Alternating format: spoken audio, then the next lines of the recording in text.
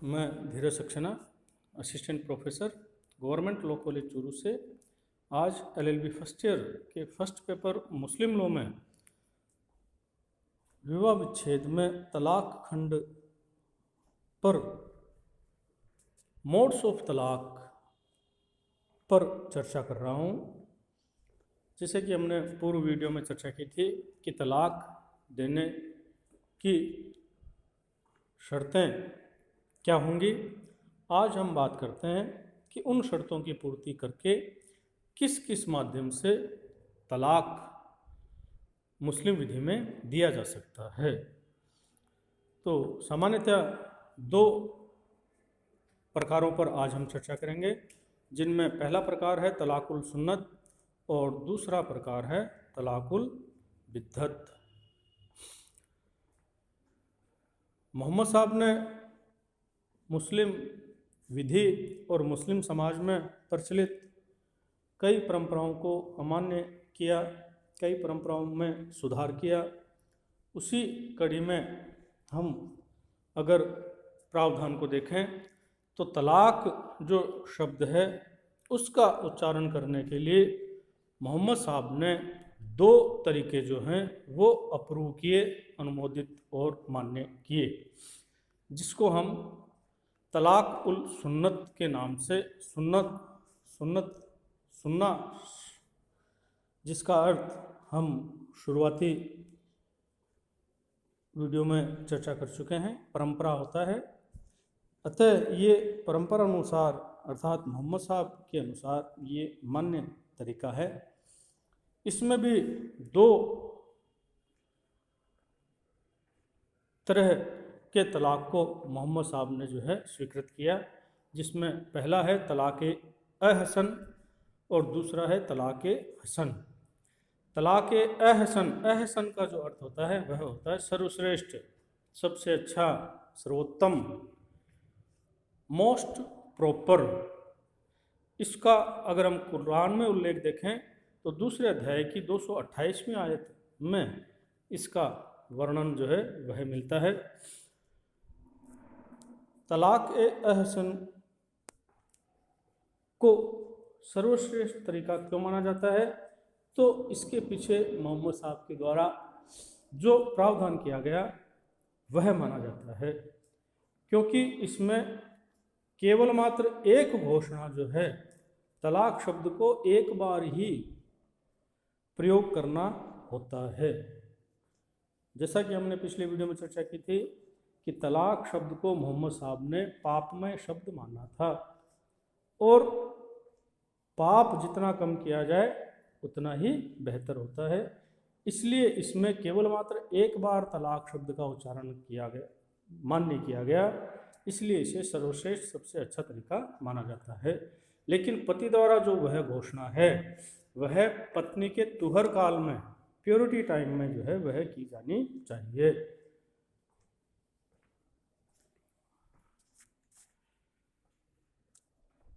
जैसे ही वह घोषणा की जाती है पत्नी के तुहर काल में, जिस समय वह मासिक धर्म की अवस्था में न हो या वह उससे उबर चुकी हो, तो यह विवाह जो है और विवाह के अधिकार और कर्तव्य जो हैं वो स्थगित हो जाते हैं, सस्पेंड हो जाते हैं और तुरंत इद्दत की अवधि जो है वह शुरू हो जाती है। अर्थात तलाक शब्द के उच्चारण के साथ ही वैवाहिक अधिकार कर्तव्य स्थगित हो गए और इद्दत अवधि जो है वह शुरू हो जाती है। इद्दत अवधि के दौरान पति को खंडन करने का अधिकार, अपने तलाक के शब्दों को वापस लेने का अधिकार जो है वो होता है। ये जो ड्रॉबैक है वह पति एक अन्य घोषणा के द्वारा कि मैं अपने शब्दों को वापस लेता हूँ, या पत्नी के साथ संबंध स्थापित करके पति पत्नी जैसा रिलेशन समागम अगर एक बार भी पति कर लेता है इस इद्दत अवधि के दौरान, तो वह विवाह की तलाक की घोषणा जो है वह स्वतः खंडित हो जाती है और विवाह जो है पुनः स्थापित हो जाता है। वैवाहिक अधिकार कर्तव्य दोनों पक्षकारों के पुनः प्रारंभ हो जाते हैं। अन्य जो विशेषता है वो इसकी ये है कि इद्दत काल में अगर एक पक्षकार की मृत्यु हो जाती है तो दूसरे पक्षकार को उत्तराधिकार का अधिकार जो है वह बना रहता है। अर्थात पति की मृत्यु हो गई इद्दत काल में तो पत्नी को उसकी संपत्ति में उत्तराधिकारी माना जाएगा, और अगर पत्नी की मृत्यु हो जाती है इद्दत काल के दौरान ही तो पति को उसकी संपत्ति में उत्तराधिकारी माना जाएगा। हालांकि वैवाहिक अधिकार कर्तव्य सस्पेंड हुए हैं, खत्म नहीं हुए। इसके बाद अगर हम बात करें तो प्यूरिटी जो टाइम है स्त्री का, तो हर काल पवित्र समय जो है उसकी अनिवार्यता जो है वो 3 परिस्थितियों में जो है वह नहीं रह जाती। जब विवाह पूर्णावस्था को न पहुँचाऊँ, अर्थात विवाह की तुष्टि पुष्टि यानी कि पति पत्नी जैसा संबंध एक बार भी अगर नहीं बना है, अथवा स्त्री मासिक धर्म की अवस्था में या तो न पहुंची हो या उससे ऊपर की अवस्था प्राप्त कर ली हो, अथवा लिखित तलाक में तो हर काल चूँकि होता ही नहीं है, पूरा समय ही उसका पवित्र समय माना जा होगा, इसलिए उसमें इसको वेट करने की आवश्यकता नहीं रहती। इसके बाद यदि हम बात करें तो तलाक़ हसन जो दूसरा तरीका है मोहम्मद साहब के द्वारा अप्रूव्ड, जिसको हम श्रेष्ठ तरीका कहते हैं, अच्छा तरीका, उचित तरीका, प्रॉपर तलाक कहा जाता है। इसके बारे में कुरान के दूसरे अध्याय की 229वीं और 230वीं आयत में व्यवस्था जो है वह की गई है। तलाक़ हसन की विशेषताओं की यदि हम बात करें तो इसमें पत्नी के 3 प्योरिटी टाइम में पति द्वारा 3 बार घोषणा जो है वो करनी होती हैं, लेकिन ये तीनों घोषणाएं क्रमशः कंटिन्यू 3 प्योरिटी टाइम में की जानी चाहिए। अर्थात ये 60 दिन के भीतर करीब करीब तलाक का प्रोसेस जो है वह ख़त्म हो जाता है। जैसे आज घोषणा की, अगला प्योरिटी टाइम 30 दिन के भीतर दूसरी घोषणा करनी पड़ेगी, और उससे वेरी नेक्स्ट दूसरा प्योरिटी टाइम मतलब 30 दिन के भीतर तीसरी घोषणा करनी पड़ेगी। तो 3 घोषणाएं, अर्थात तलाक जैसे पापमय शब्द का 3 बार उच्चारण किया जाता है, इसलिए इसको केवल मात्र श्रेष्ठ तरीका माना गया है, सर्वश्रेष्ठ तरीका नहीं रह जाता, क्योंकि पुरुष के ऊपर 3 बार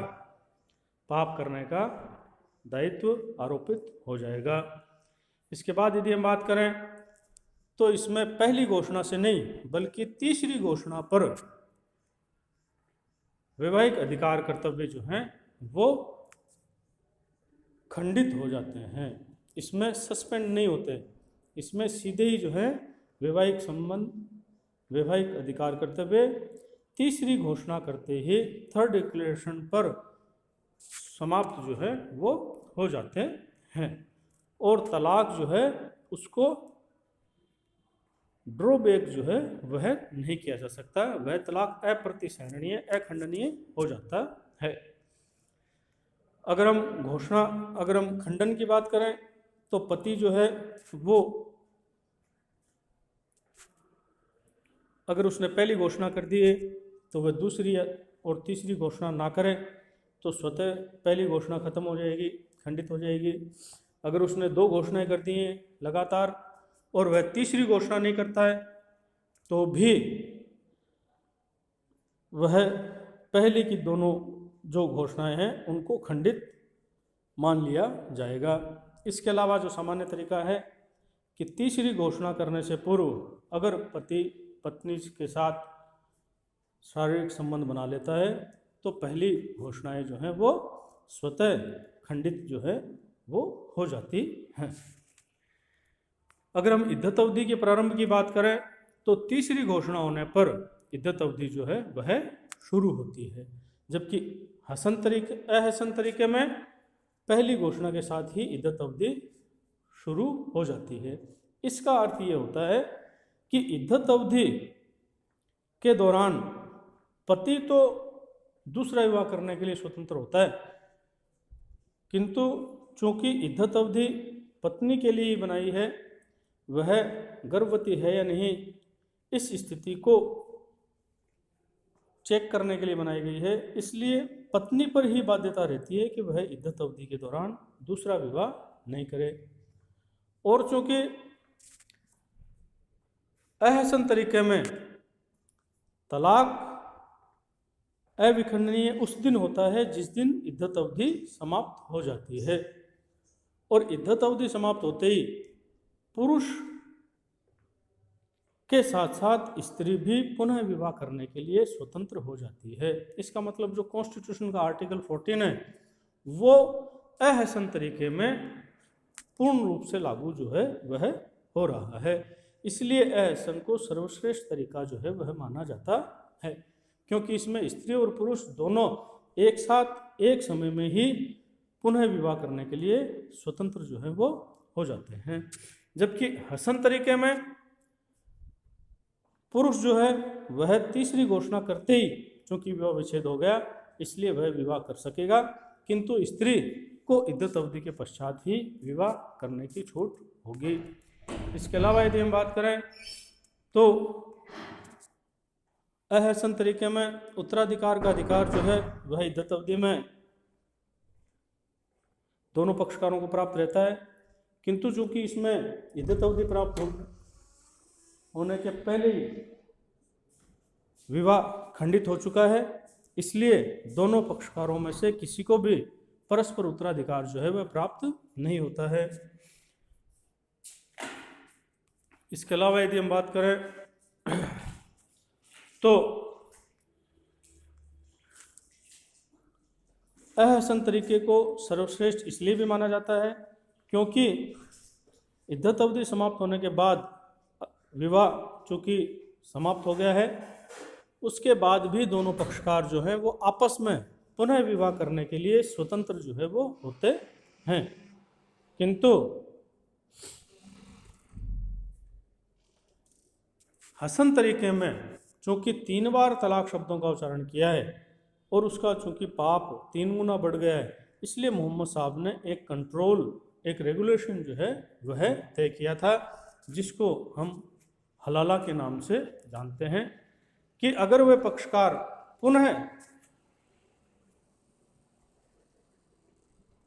आपस में विवाह करना चाहते हैं, अगर वह पुरुष पुनः अपनी 3 बार तलाक की घोषणा के माध्यम से छोड़ी गई पत्नी के साथ पुनः विवाह करना चाहता है, तो उनके मध्य विवाह होने से पूर्व एक प्रोसीजर की पालना जो है वह करनी होगी, और वह प्रोसीजर यह है कि वह स्त्री पहले विवाह के खंडन की इद्दत अवधि को पूरी करने के बाद किसी अन्य पुरुष से विवाह करे, वह विवाह पूर्णता को पहुँचे, उसके पश्चात वह विवाह खंडित हो पति के तलाक या अन्य जो व्यवस्थाएं हैं उनमें से किसी के माध्यम से, और उसके बाद वह स्त्री उस विवाह विच्छेद की इद्दत अवधि को पूरा करे, तब वह पुरुष अपनी पूर्व पत्नी से जिसको 3 बार तलाक के माध्यम से विवाह विच्छेद किया है उससे पुनः विवाह कर सकेगा। यह प्रतिबंध जो है वह मोहम्मद साहब ने लगाया था, जिसको भी चुनौती दी गई है और उच्चतम न्यायालय में अभी यह पेंडिंग है। तो ये 2 तरीके हैं जो मोहम्मद साहब के द्वारा अनुमोदित किए गए तलाकुल सुन्नत के रूप में। इसके बाद यदि हम बात करें तो जो मोहम्मद साहब के द्वारा रेगुलेट करने से पूर्व, कंट्रोल करने से पूर्व जो सामान्य तरीका मुस्लिम समाज में प्रचलित था, जिसे ट्रिपल तलाक के नाम से आप जानते हैं, उसका नाम तलाकुल बिद्दत है। इसे इर्रिवोकेबल तलाक कहा जाता है, तलाकुल बैन भी कहा जाता है, जिसे चूँकि मोहम्मद साहब ने प्रतिबंधित कर दिया इसलिए तलाकुल बैन कहा जाता है। और यह एक अमान्य तरीका और प्रतिबंधित तरीका था। इस तरीके को पुनर्जीवित जो है वो उमैदिया शासनकाल के दौरान किया गया है, ऐसा माना जाता है। हनफी और सुन्नी विधि में ही ये मान्य माना गया है। शिया विधि और मलिक सुन्नी विधि इसे अमान्य मानती है, अर्थात तलाकुल विद्युत के माध्यम से तलाक दिए जाने को शिया पक्षकारों में और मलिकी सुन्नी पक्षकारों में स्वीकृति नहीं है। ये तलाकुल बिद्दत भी ऊपर वाले जो दो फॉर्म हैं, एक बार तलाक शब्द का उपयोग करना और 3 बार तलाक शब्द का उपयोग करना, दोनों तरह से ही मान्य किया गया है। तलाक शब्द की 3 घोषणाएं हसन तलाक में 3 प्योरिटी पीरियड में की जाती हैं, लेकिन यहाँ पर तलाक शब्द का उच्चारण एक सांस में ही कर दिया जाता है। तलाक तलाक तलाक देता हूँ, अर्थात 3 बार तलाक शब्दों का उच्चारण हो गया, किंतु एक ही घोषणा पर्याप्त है, जिसे हाल ही में उच्चतम न्यायालय ने भी बैन किया था। शायरा बानो और अन्य जो 5 पक्षकार थे, जो रिट पिटीशन अलग अलग स्टेट में लगी हुई थी, एक राजस्थान में भी थी, गुलशन परवीन, शायरा बानो आदि जो हैं, उन्होंने इस ट्रिपल तलाक को बैन करने के लिए यूनियन ऑफ इंडिया के खिलाफ पिटीशन दायर की थी, जिनको उच्चतम न्यायालय के द्वारा अपने पास मंगाया गया और सारी पिटीशनों को एक साथ सुनवाई करके और अंतिम निर्णय ये दिया गया कि ये जो तलाकुल बिद्दत है यह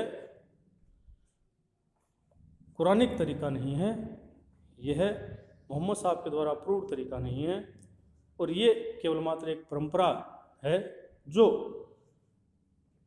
आप कॉन्स्टिट्यूशन के आर्टिकल 51A में भी आपने पढ़ा है कि जो भी महिला के सम्मान के विरुद्ध प्रथाएं हैं, परंपराएं हैं, उनको अमान्य जो है वह किया जा सकता है। तो इन अधिकारों का प्रयोग करते हुए उच्चतम न्यायालय ने ट्रिपल तलाक, तलाकुल बिद्दत, इर्रिवोकेबल तलाक और तलाकुल बैन को अमान्य जो है वह करार दिया था, और जिसके प्रभाव को पूर्ण करने के लिए भारत की संसद ने भी एक अधिनियम पारित किया था, जिस पर हम आगे भी चर्चा करेंगे। तो ये जो तलाकुल बिद्दत है वह एक घोषणा से ही और तुरंत विवाह का विघटन जो है वह कर देता है, इसीलिए इसको अखंडनीय तलाक कहते हैं। एक शब्द में अगर कहा जाए तो मैं तुम्हें तलाकुल बैन देता हूँ, मैं तुम्हें तलाकुल बिद्दत देता हूँ, तो तलाक शब्द का एक बार प्रयोग करके भी किंतु तुरंत विवाह का विघटन जो है वह मान्य किया गया था। तलाकुल बिद्दत में पति को अपने शब्दों को वापस लेने का अधिकार या विकल्प जो है वह प्राप्त नहीं रहता, इसी कारण मोहम्मद साहब ने इसको बैन जो है वह किया था। और पत्नी के प्योरिटी टाइम का वेट करना भी इसमें आवश्यक नहीं होता, कभी भी किसी भी समय कहीं पर भी व्यक्ति जो है वह तलाकुल बैन के माध्यम से विवाह खंडित कर सकता था। मिस्र, Sudan, Iraq, Morocco, Syria, Jordan आदि जो मुस्लिम देश हैं वो इसको पहले ही खारिज कर चुके थे, प्रतिबंधित कर चुके थे, और भारत में भी 2017 से यह प्रतिबंधित हो गया है। अगर हम बात करें मुस्लिम देश ईरान और पाकिस्तान की, तो उन्होंने जो है तलाक को ही